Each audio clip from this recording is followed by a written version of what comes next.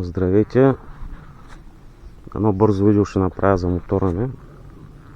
Това е Dirt 97 година, Kawasaki KRX 220 двутактов е, 37 коня, лекичък е, 100 на килограма, 101 нещо такова. И отскоро го имам. Скоро при майстора стоя 8 месеца. Година по 2 години го имам. Значи още като го купувах, ходих в Кюстендил, оттам го взех, аз съм от Варна. И момчето каза, нали, нищо му няма, само бил сменял, буталото бил сменял. Каза, нали, само задна гума и трябва да се настрои карбуратор. Аз отидах до там, Кюстендил. Отивам, той едва го запалихме. Пускай на бутане. Значи то нямаше компресия, но аз казвам, че нали, таковете по-лесно се ритат. Нали, по-нямат компресия. В смисъл, че нещо друго ще му има. И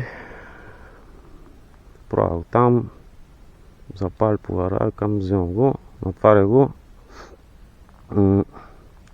Значи този дед лъже, че баща му и той маже бил мотора работил, ходил за хляб с него в селото, кое било, то едно село до града. И там го взех. Майка му кекс искаш да му черпи. Както да е, докарах го във Варна, после закарах го при един велик майстор,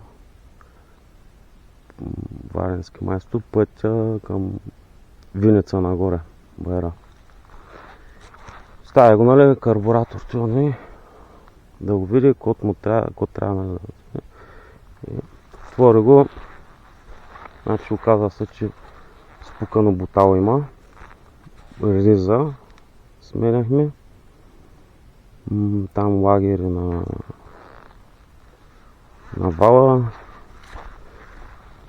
Това е лошо за скорости.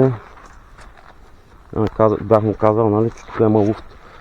Тук в качването в линка или каквото е, тук имаш луфт. Значи да ми смени лагера. Той в последствие ги сменил, нали, всичките лагери, търли са колко са тук. Друг му казах, наблегнах му, нали, атак клапата да види дали работи. И вследствие той поръча някакви от Америка части. 5 месеца чакахме части. После 3 месеца чакахме той да почне мотора. Имал работа, кое било, имал проблеми, не го интересували моторите. И те след 8 месеца го направи. Почти една бременност. Дет не е родил.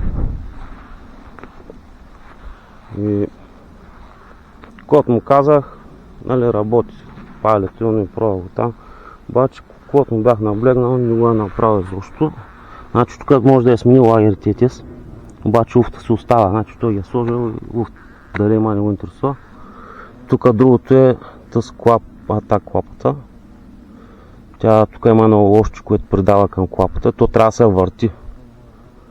И този щифт има един щифт зад болчето. Пази го да не ходи нагоре-надолу. Щифта го нямаше съответно. То се ходеше нагоре-надолу. Клапата беше застанала по някакъв начин. Някакво положение. Въобще не работеше. Другото, което е, карбуратора беше толкова настроен, че колко да се превърна вкъщи, да е в движение мотора. Нямаше средни. Значи има ниски и високи, обаче средни няма.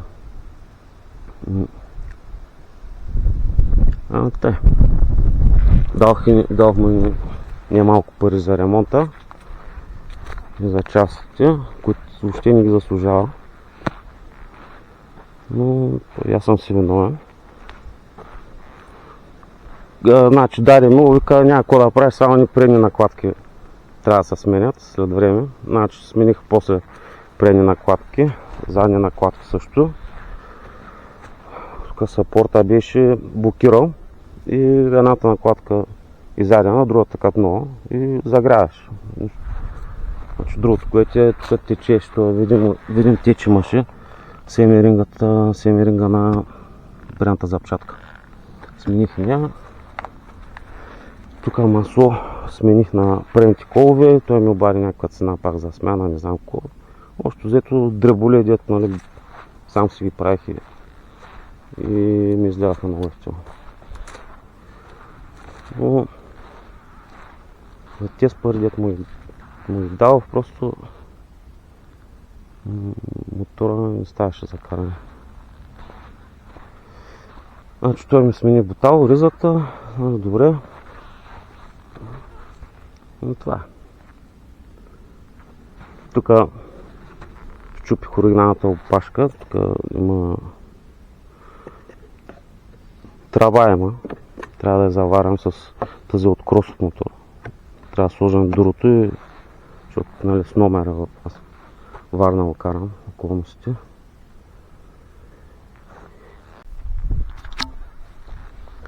Значи, частите, питал какви части слава, от Америка някакви поръчал алтернативни. Като аз проверявах оригиналните, като цени са същите. Не знам за кой чакахме толкова. Значи аз бях поръчал тук за тъстъпенка пружинка, две спици. Дойдоха за 2 седмици оригинални части. Там от Япония или от Франция събират ги от някъде. Части има за Кавазакито. Просто не знам, защо не бяха оригинални. Сега единични части си ги спрели вече. Общо взето има всичко. И керат премеждия с мотора. Старта с мотора беше фал старт. Това съм се виновен. Ще знам другия. Това е за сега.